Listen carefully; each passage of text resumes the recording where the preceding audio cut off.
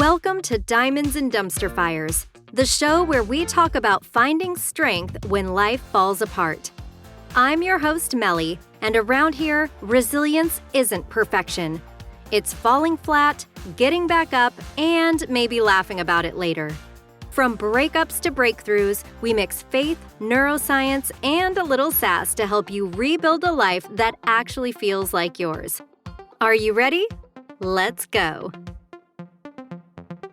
Welcome back to another episode of Diamonds in Dumpster Fires. Today we have a very special guest with us. Sylvia Moore Myers is an experienced entrepreneur, author, and business consultant with over 30 years of expertise. She is certified in mental health, life coaching, and crisis intervention, and is the founder and CEO of Goldscars LLC. She is most recently a graduate from Liberty University with an MA in Human Services Counseling with an emphasis in crisis response and trauma. She authored the book Goldscars, offering insights into grief, loss, and trauma. As a sought-after speaker, she inspires audiences to embrace SCAR, which stands for Strength, Courage, Adaptability, and Resilience, and navigate healing through her 7 to Heal method. Welcome, Sylvia. I am so glad to have you here on the show today. Thank you for having me. I appreciate it. Thank you. I want to start with a question that ties back to your book, Goldscars. As I was reading the book to prep for this interview, I noticed you said we are actually meant to scar. It's part of how we heal. And that really stayed with me. Can you talk about the idea of how that came into your life and your own experience? Sure. Well, the concept of SCAR is that, we're not a chameleon. We can't grow it back, right? It's just, Right. We were just never meant to heal like that. We're meant to mend and to scar. The evidence of that is that the Lord himself rose from the dead. And when he showed his hands to his disciples, the scars were still there. And I think that God wants us to know that only he can truly heal us. So that is the essence of why I say we were always meant to scar. We were never meant to fully heal. Not really. Because people with wounds are looking for people with scars. And I think we're supposed to be that person through the recovery to be there for that other person and help them and walk them. Much like your ministry and much like mine, we're helping people who've walked the same path. Right. They couldn't find us had it not been for our scars. And that's where that concept came from. But I call them strength, courage, adaptability, and resilience, because that's the acronym for SCAR. And those things are already framed and built into our computer system brain, if you will. Those are there right now. And we've got to learn to tap into them to really, truly use them to mend. Now, another thing you say in the book, and I think it ties directly into this concept of scarring as well, is that when you were going through your grief journey, you were looking for an eraser when you should have been searching for a highlighter. That was really interesting. Exactly. I was like, anything I could do to make it go away, from mindfulness to prayer to just, I'm going to wake up one day and it's just not going to be this bad. I'm going to get over this. And that's what a lot of people tell you at the funeral anyway, isn't it? They wait like 2 hours to torture you when you're standing there by your child in his coffin, and they go, "Oh, yeah, it's going to be okay. You're going to get past this. It's going to be good. Someday you'll forget." And it's like, no, I don't think I'm going to forget about my son. No. And then they'll say things even more profound, like God needed Jacob in heaven, and Jacob's work on earth was done. And I'm looking at him going, what was he working on? And why did he finish so soon? Right. It's insanity, but we were never trained and we were never taught. And there is no word in the English language for what to say to someone when they've lost someone. The best we can do is I'm sorry, and we mean that, and I'm there for you, and then actually show up later when the honeymoon is over and the horror part hits. Often that grieving person, whether that's death or loss or murder or suicide or even divorce, anything like that, some months later, everybody assumes that you're better now, and they just don't show back up, And that's when that's when we need our friends the most. The ones that said, if you need anything, you just call me. So if you say that, but that's what happens at the funeral, and then we go into that mindset. We start feeling guilty because we're grieving. It's like how people say that to you too. They'll go, "Well, why are you? What's wrong with you?" It's like, "Well, I'm just thinking about Jacob," or, back when I lost my first husband, it's like, "Yeah, I'm just thinking about John," and they'll say, "Really? Still? It's like been 6 months." It's Right. I noticed that too. Even when I went through my divorce, people were like, oh, you've been divorced 6 months now. Are you okay? You ready to move on? It's like, whoa, wait a minute. yeah, I'll be interviewing my next husband any day now. No, no, that's not how it works. Right. Just you take time. Grief is a time taker, and it's there for a reason because there is a process. And I say that resilience it's something we learn. It's there, but we learn how to tap into it. We often use the word cope. We're coping with something. Coping is what you do when you're hit with something unexpected. You have to cope with it. Some of us cope well, some of us not so well. Resilience is what you learn before it happens so that you don't have to be in the coping stage, right?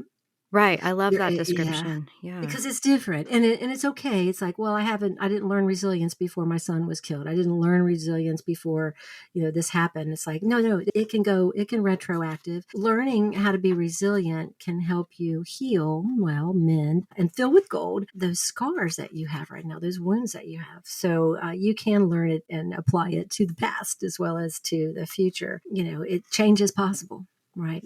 And we Absolutely. don't have to be in the holding pattern like an airplane, just going around and around, living in that grief constantly because we're either guilty of feeling good again or we're really just not sure how to move forward instead of go around. But I tell folks, if you're in that holding pattern, then you need some grief recovery. You need to Yes.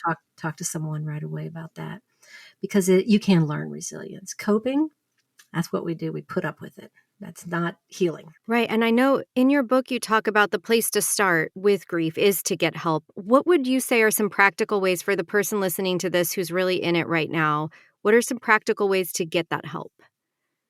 Well, help is a mindset. You know that you can't do it on your own, or you know that you're in that holding pattern, for example. And in my case, my first big trauma that the book talks about is my son's death. He was killed by a stranger at a gas station. But I also had two other sons at home, a 7-year-old, 6-year-old at the time, and I think Isaac was 16 when his brother was killed, and then his brother was 19. So they were best friends. So I was dealing with them first, Right. right? And I kind of set my own grief aside, and I dealt with these two grieving boys, and I was totally lost in how to deal with that. My marriage fell apart, my business basically went away in a few years, and I had to start all over. And it wasn't until after that that I realized that I wasn't dealing with my own grief. I just wasn't. I didn't talk about it. I put up a great facade about it and pretended like I was all better. And everyone believed me, including kind of myself. But I was dying inside. But with help, if you have others involved, you've got to help yourself first. Just like that analogy everyone uses, put your mask on first before you Right. put it on your child. But I wasn't doing that. So I was drowning in grief and really just collapsing from all of it and just running around trying to make it all go away. And instead of hiding it, instead of erasing it, I needed to find that highlighter and really just blow it up. I needed to look grief, grab it, shake it, look it straight in the eyes and tell it how it made me feel. And until I realized that facing grief is the first step of getting help, that's when the healing actually began, because help in my book leads to healing. And healing is that place where you're going to get better now. You've made that decision. You've gotten help. Whatever it is you're doing, whether you're counseling with me, another counselor, whether you're doing a self-help, going through a grief recovery program or a book, you're on the path to heal. So you're on that path. And that is the next step. And then my third one is always healthy, because that's where I failed myself the most. I didn't take care of myself. I'd been an avid runner. I did 2 5Ks a week and twice a month a 10K on a Saturday morning. And I just quit taking care of myself. And I think that's a huge thing. We don't realize how much dopamine and in your brain, endorphins and serotonins and all of those chemicals that are created by being healthy and smiling Right. just smiling. But, be exercising and eating right and being healthy, it's paramount to mending. It really is. And I think a lot of people get in their comfort zone, sit in their chair, and that's where they die. They just give up, and that they don't care. They feel guilty for taking care of themselves mentally and physically in a healthy way. I'm 63 years old. I'm very healthy, and you can't see me now, but I look much younger than I am, and that is from a healthy life. Have I always been healthy? I treated my body well? No, but I had to if I was going to heal, correct? Because it's the whole person, your mental health is connected to your physical health.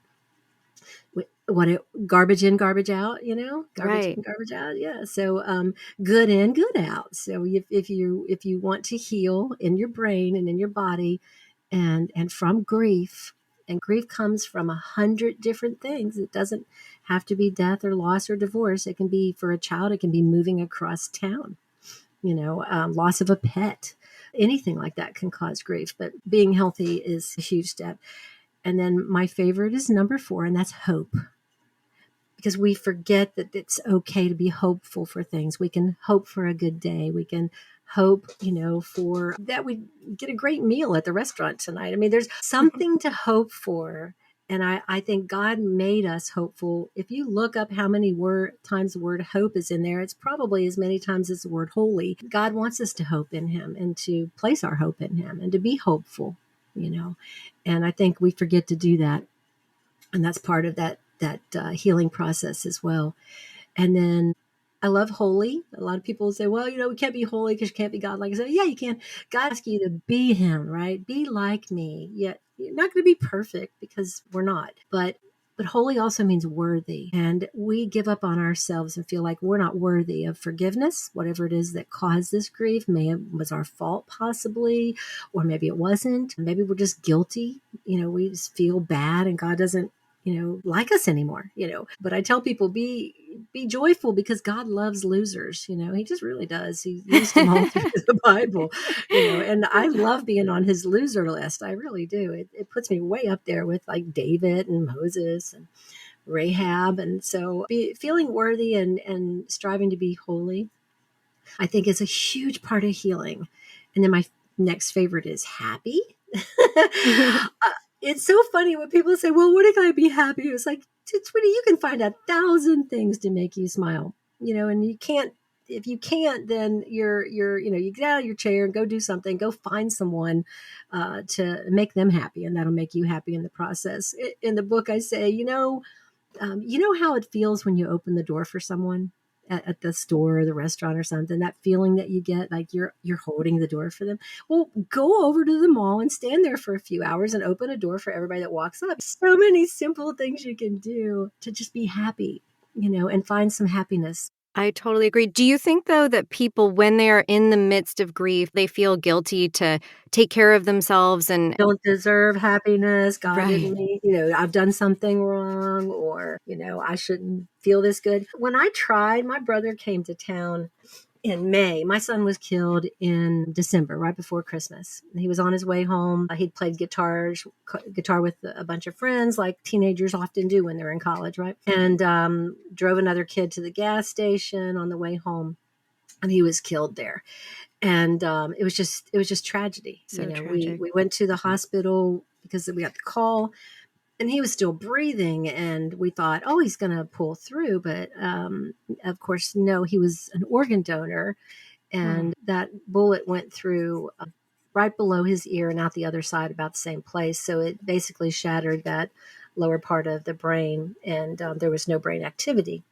Sorry for the very graphic forensic analysis, but to the 1,000 kids in that hospital and their parents, every time they'd see him, they thought he was going to pull out of it, right? He just looked Yeah. like he was going to come through, but he was well bandaged. And so that was very traumatic. And having to tell all those people was very traumatic. 4 months later, one of my best friends died. I went to that funeral and was completely numb.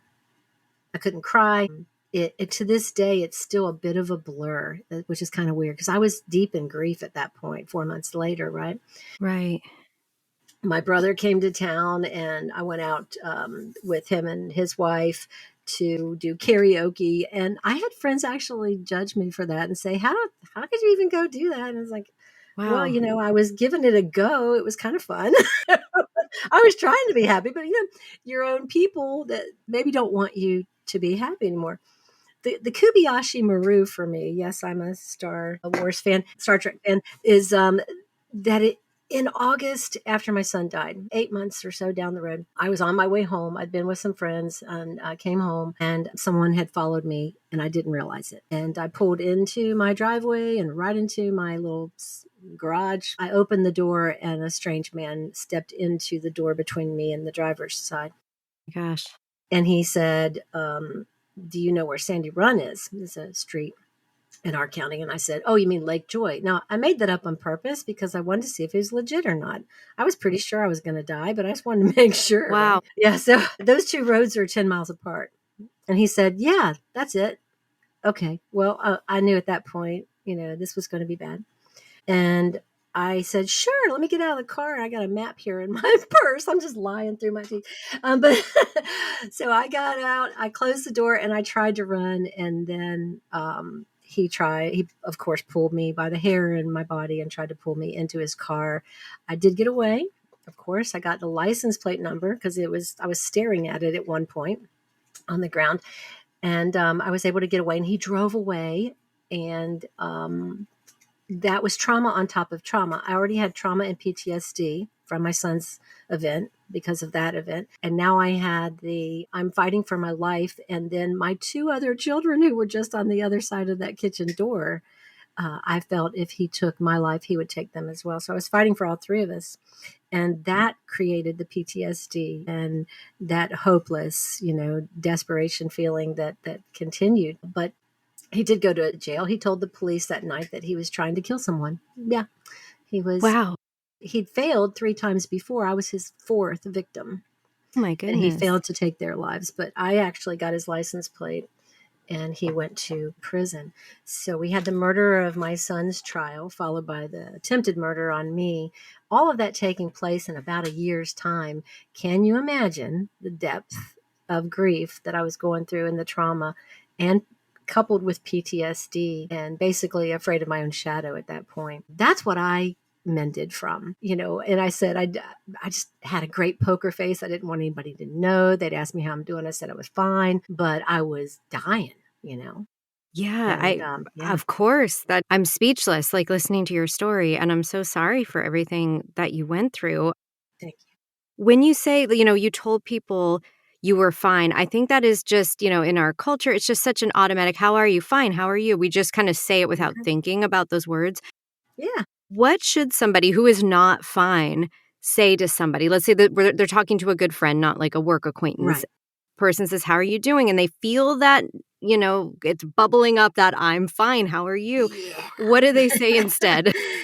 Yeah, so this is the counselor in me and the experience in me talking to you. But there is a reason why people think that you should be healed. They, for one, and the general public doesn't know they're doing this, but they do it because they are wired to do this. They think that they would have handled that situation different than you did. So that is how they justify them not almost being murdered by a serial killer, right? That's how they picture their son making it home that night, not being shot by a stranger at a gas station, right? So they feel like you should be over it. And they're looking at their clock, maybe 6 weeks. Yeah. And society gives us about 6 weeks, and that's when they're done with us. And they do it unknowingly and not intentionally to harm. And that's why people do that. Sorry, folks, I'm teaching you this. It takes a long time. If you go through crisis and trauma training, you'll learn that in the big floods that took place, South Carolina, North Carolina, the ones here in Georgia as well, hurricanes, those types of traumas that wipe out entire cities and subdivisions and villages and people, they get everyone, don't they, at the first? It's called the honeymoon phase. Mm-hmm. Everyone shows up. They're at the funeral. If you've lost someone, they're at the scene of the event. Everybody brings water, even though you have nowhere to store it. Everyone wants to bring food, even though we can't use it when you bring it. Sorry.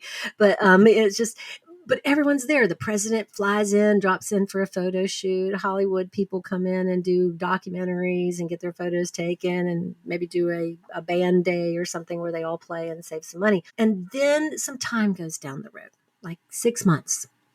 And all these people that went through that trauma are now manifesting PTSD and other things. They're still without services. They don't have a home. They're living in a tent or a trailer, and no one's there because we've moved on to the next tragedy. And that's how we're kind of wired for that. I'm sorry. You have to learn not to be that way. So when someone has lost someone or they've gone through a divorce, and you're that person that was there for them at the beginning, and you made that promise, if you need anything, you call me.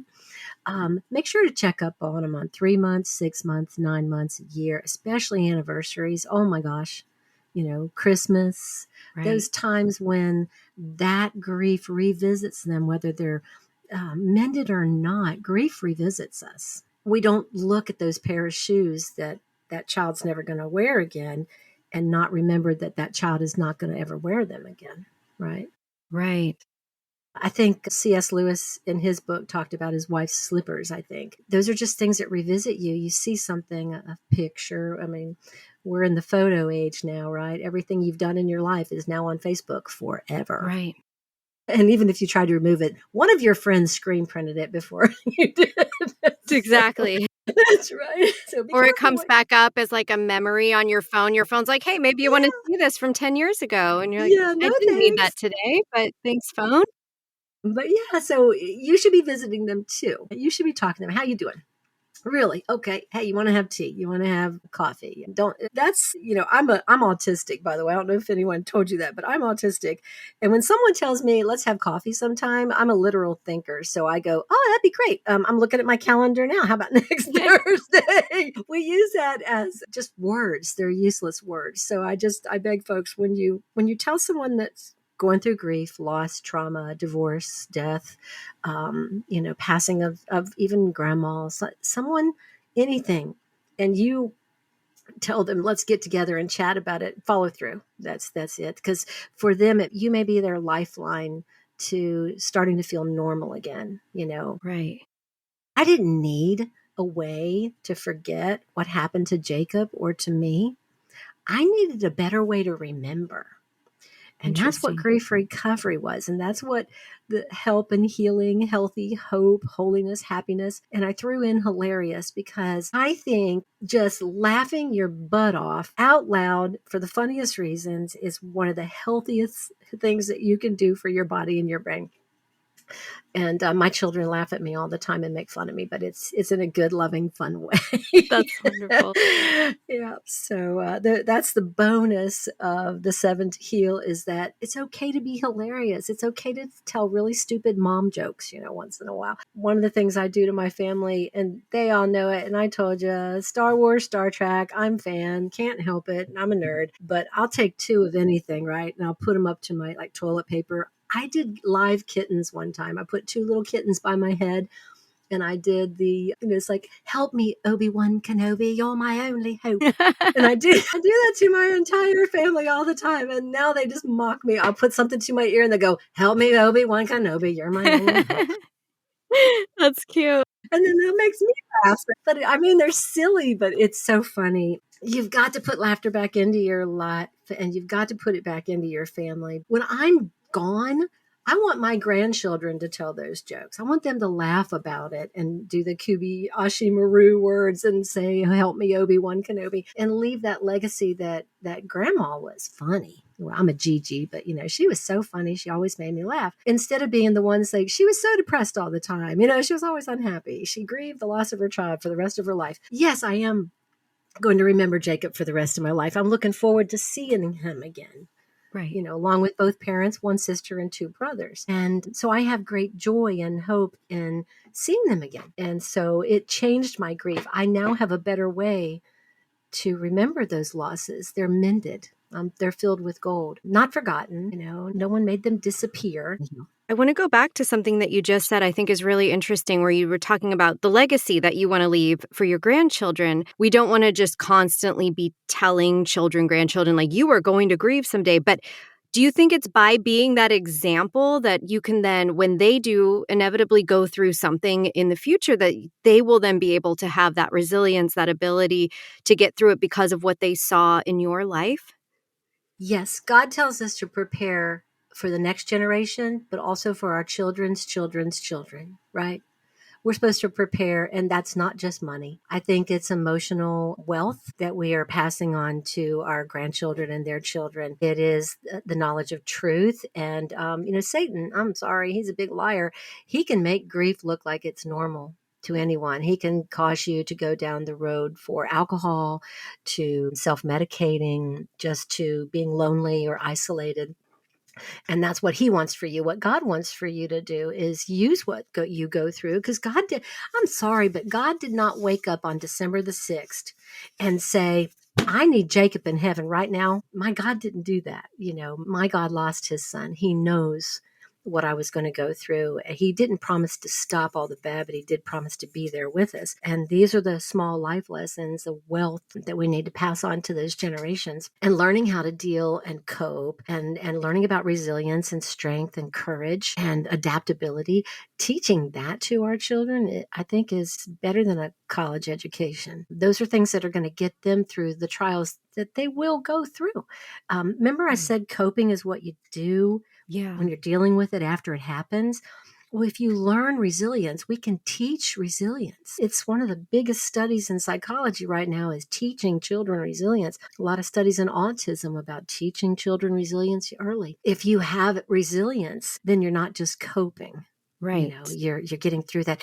And studies will show that you will develop PTSD without resilience, right? It's Right. just part of that problem. Not that you can totally avoid PTSD in some circumstances. It's just going to come, but your ability to recognize, to heal from that, and to get help. But you can prevent some of those nasties from happening if you're already learning how to be resilient. So teach that to your children.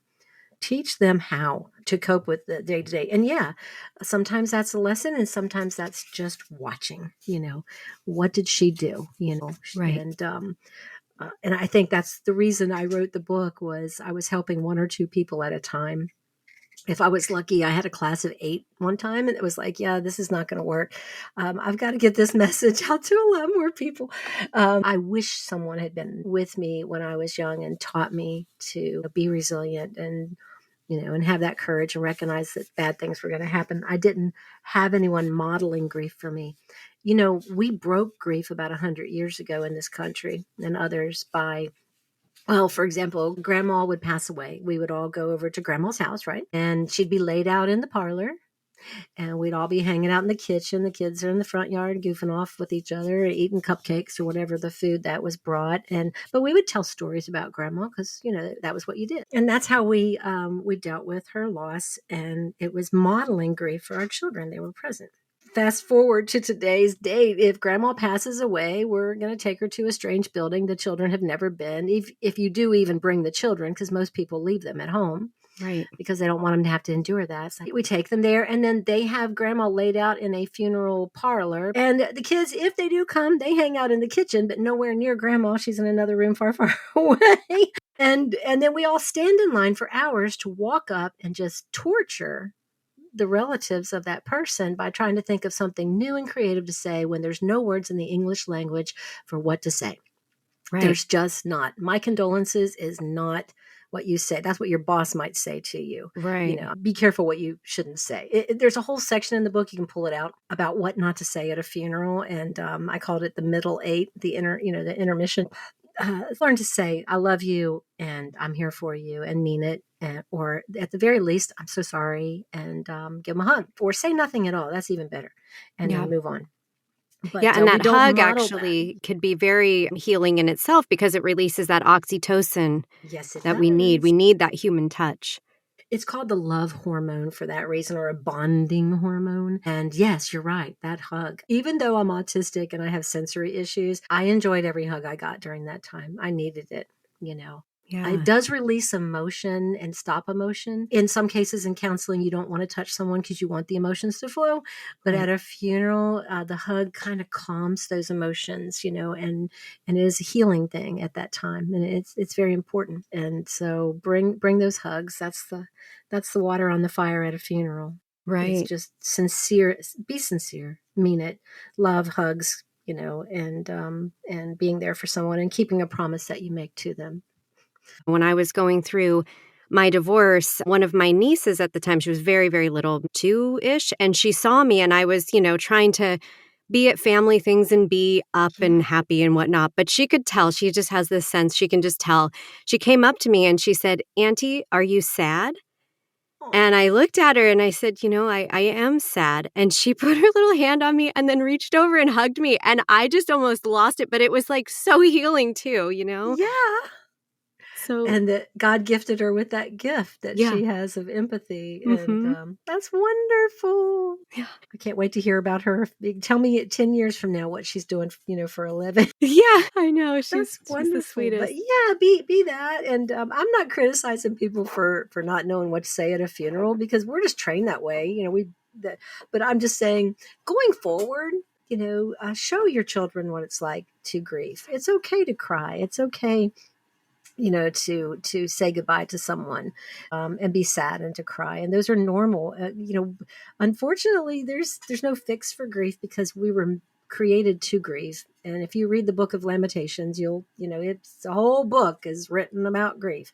Grief is a normal emotion and experience that we go through because of a loss of any kind. It's very normal. Right. So we need to teach our children how to remember. Like I said, I didn't need a way to forget what happened.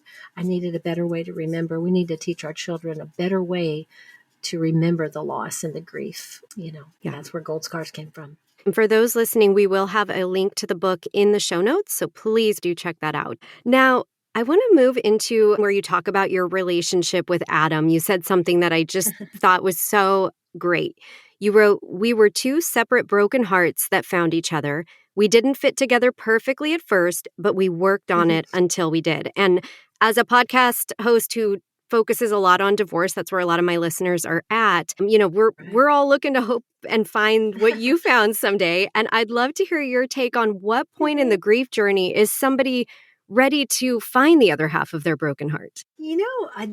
I don't know that there is a good spot. For me, my husband and I didn't get a divorce because we hated each other. We got a divorce because someone murdered our child. And if you learn about grief on a clinical level, you realize that rewiring of the brain takes place. People take on different tasks, that someone was the person that did the laundry and, cooked all the meals, and now they're not doing it anymore. It just roles change, minds change, and all of that is just part of that healing process. But if you don't know that, it will oftentimes lead to separation and divorce. In our case, we were statistically divorced. We were just part of that. No one was there for us at the, when we needed it. So, by the way, our relationship is healed for the best part. We get along just fine, go to the, grandkids ball games together and everything. Nice. He's remarried and I'm remarried to Adam. But at the time when I met Adam, I wasn't looking for anyone. He was just this guy that my sister-in-law had spoken to him, and she had told him what had happened to me, and that I was kind of down. And so Adam leans up against the wall next to me and he goes, "I won't hurt you." Now, that was the funniest thing I'd ever heard for some reason. I couldn't believe it. He was like, "Is this a pickup line? Because this really is a bad pickup line." It's like, and I looked at him and went, "Yeah, I know you won't." And he went, "No." No. And he spent like the next month trying to explain that one thing. But I said, "Oh, no, I'm never going to let you forget this forever because this is so funny." And he lived 12 hours away. So he was here for a wedding, and I was out with family, and we just happened to run into each other and started chatting and became friends. And we just became basically not pen pals. We became phone pals. We would chat, a couple times a week, and it became almost every day. And then he flew down and I'd fly up, and we had this long distance relationship for almost a year. And one day he said, I put in for a transfer. I'm moving to Georgia. If it works, it works. If it doesn't, he said, well, at least I'll be in the South instead of where it's cold. And he just took that chance. Me believing the entire time this is not going to last, right? We were the same in many ways, but we're different. We have an age difference. There's a gap there.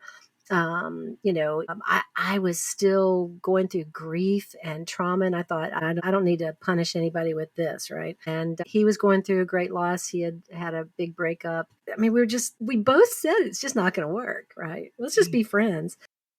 But he moved here, and the rest is history. We've been together ever since. He's taught me how to how to be honest and kind to myself and to face things, that I never wanted to face. And I think God just put him in my life because God knew I needed that. I do think that when it's right, you'll know it. And sometimes those relationships take a little time to forge. We were best friends long before we were thinking about whether we were ever going to get married to each other. Yeah. Yeah, I love that you had the friendship first. It doesn't always happen that way, but when it does, it's so beautiful. And I think with a lot of today's dating and trying to find someone, I do talk a lot on this podcast about the dating apps because that's a world that I have, tried and miserably failed at. It's so jarring. It's so like emotionally just out of whack of like how we connect and become friends and have those meaningful moments with somebody long before we start thinking of them as maybe a romantic partner. So I love your story. Thank you so much for sharing that. I think we put too much emphasis on it, but I think you're also not going to find your life partner or your next, love of your life if you're not also available. Right. I think that's where a lot of the sites are. A lot of folks they'll criticize going on to the dating site, and I'm like, well, hey, if you don't hang out at coffee shops, just think of that as your coffee shop. Right. But go to the places where singles go. Join some singles groups. I hate to say this, but sometimes people are meant to be alone. I mean, and God says that Christ said that in the Bible. Right. Sometimes that's okay. If you were not meant to remarry or not be with someone, and that's what you want, that's not a bad thing. Then that gives you more time to serve the Lord. But if you really need someone, want someone, desire someone, that's wired into our brain already as well. We were never meant to be alone unless you're doing it in the service of God. Right. So that faith back in God that he wants that for you. So make yourself available to find that person. And I think that you will. Yeah, I love that. Now, for those listeners who are going through a divorce either right now or they have in the past, I want to talk a little bit about healing from heartbreak. I know in your book you mentioned the idea that the part of the brain that experiences addiction is the same part that experiences withdrawal from love or someone we were in a relationship with. So for those listeners who are in the throes of that, you're feeling that intense addiction to this person, how do they start moving toward healthy behaviors rather than just living in those patterns?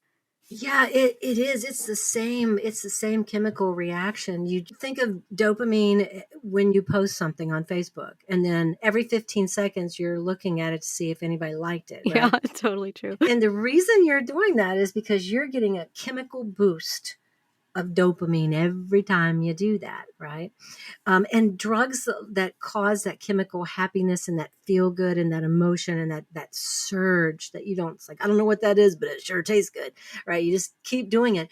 Those addiction type chemicals are on people as well. So you can just become, so addicted to that human being that it's causing that reaction in your brain. Recognize that. I mean, if someone's left you and they don't want you anymore, it's you want to don't do what I did, and I went and I popped him right in the nose. I did. I know it's not the right thing to do, but I was young, I was really young. And he was sitting there with his girlfriend, and we were still married. Oh, wow. Oh, God. It was really hard not to do more. But I was so just addicted to him, and I thought, I'm in love with him. And it was years, and I realized as soon as I dealt with the grief that was attached to the loss, right? Mm-hmm. I had grief because of that relationship. I felt dirty. I felt unloved. I felt unnecessary. I felt cheated. All those emotions were tied to this one person. And I thought that I just loved him so much that I was never going to find anybody that I was ever going to love again, the way that I loved him. Mm-hmm. And when I realized it, I was dealing with unresolved grief, and I went through the grief recovery with my Dear John letter. Sorry, that was his name, but Dear John letter. And I recognized that I'm not going to let this bother me anymore. I was freed from that. And that feeling of always thinking about him, thinking that I loved him, it went away. I realized I didn't really love him the way that I thought I did. I was more addicted to the thought of what I had. And I was grieving the things that I didn't get. I didn't get a lifetime with him. I didn't get that home that we were going to build and traveling, in an RV in our older age. I was missing out on all of those things. I was grieving those types of losses. Like when you lose a child, you grieve your grandchildren that you're never going to get, right? Right. You grieve the things that could have been and should have been and now aren't going to be. And that's the type of grief I was going through. And it was an addiction. It was a drug in my brain. And when I freed myself from it, I was just amazed. It's like, oh, I got to share this. This is like the fountain of youth. Can you elaborate a little bit? I know you said you wrote a Dear John letter and that was his name, but you literally wrote letters, right? That you did not send to him. Can you explain that process a little bit? Yeah. So, and I wrote one to my mom. She had passed away. My mom was autistic like me. She was, I guess you would call it Asperger's back in her day. And she was very sensitive. She never played with my hair. We never went on girl trips. We never had girl talks. My dad explained that all to me. But my mother was brilliant. She was a savant. She was mayor. She worked for the United States government. She worked for the governor of Kentucky. She was brilliant, so intelligent, and yet very unnurturing as a mom. So when I was doing my original grief recovery, I thought I was going to be grief recovering Jacob's death, right? His murder, or, my subsequent serial killer event of my life. Instead, I went back and I wrote a letter to my mom, and I dealt with those things that I learned about her. That put her through a lot of grief. And my letter to her was like, dear mom, I'm so sorry that we didn't have those girl talks together, but then, and I wish you would have done this. And I'm so sorry when I finally learned about what happened to you as a child. I wish I'd known that earlier. I wish we could have had some chats about that, but I'm not going to let this bother me anymore. I just want to tell you I love you and I'm looking forward to seeing you in heaven. Well, Dear John's letter, and I didn't send that to my mother, obviously, Dear John is alive, and we've chatted since all of that happened many, many, many years ago.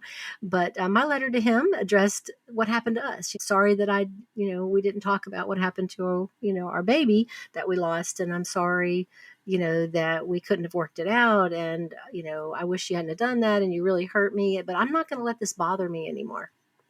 And I forgive you, and I'm just going to move on. And that letter, which was 2 pages long, by the way, this was a short synopsis of that entire letter of all the things that I needed to deal with him, was so powerful. When I went back with my partner, because, when you do grief recovery, you've got to have that person who's sitting across from you that doesn't touch you. Because remember, touching removes emotions. That other person listening, as a listener does, not as a talker, but a listener, providing safety, understanding, and not agreeing or disagreeing or advising or defending you, just by sitting there and listening. When I read that letter to her and then she read her letter to me, we both just fell apart. Wow. Because you realize when you actually do, and forgiveness is not condoning, right? When I wrote my letter to the guy that killed my son, I didn't say, "You're all forgiven, live long and prosper." I prayed for him. I said, I'm not going to let this bother me. For you, I pray that Jesus will find you and that God will heal you. I gave him, that type of letter, and that wasn't even close to the healing that happened when I wrote my mother that letter and when I wrote John that letter, because what had happened to me 30 years, 40 years ago, and in my mother's case, 60 years ago, were all resolved by me pulling it out and dealing with it. Remember I said, pull grief out and slap it around, tell it how it really makes you feel. That's how you heal. That's how you mend. Because if you don't deal with it, it just stays there with you and hangs on to you. It just follows you around in your shadow and reminds you of it every single day until you turn around, tell it how it really makes you feel, and resolve that. through forgiveness, affirmation, telling, it's just not going to bother me anymore. I'm not going to let this be the controlling factor in my life. And those bold statements, when put down on paper and read out loud, are powerful. Very powerful. Please use a grief recovery specialist or use a grief recovery system that's meant, for you to do it on your own before you try doing that on your own, but it does work. How does someone go about finding a system or something of that nature? Sure.